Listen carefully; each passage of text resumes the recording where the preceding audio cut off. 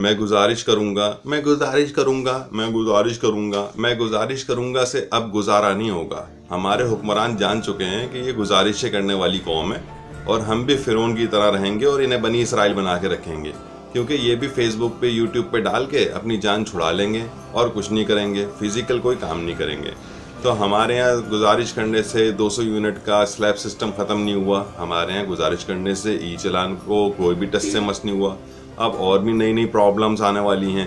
अब आने वाले वक्त में कराची शहर के अंदर दो ही तबके रहेंगे, बिल्कुल गरीब, बिल्कुल अमीर। जो बीच का तबका है ना, उसको बिल्कुल डिस्ट्रॉय, सफ़ाई हस्ती से मिटाया जा रहा है। तो हम गुजारिशें करते रह जाएंगे और पाकिस्तान जो है जहन्नुम के आखिरी दरवाजे पे आके खड़ा हो जाएगा और दुनिया चांद से भी आगे चली जाएगी। वीडियो समझ में आई हो तो ख़ुद को बेहतर बनाएं और गुजारिशों से दूर करें और फिज़िकल खुद जो भी फिजिकल एक्टिविटी कर सकते हैं ना जुल्म के खिलाफ, वो कीजिए। वीडियो को लाइक, सब्सक्राइब और शेयर कीजिए प्लीज़। Thank you.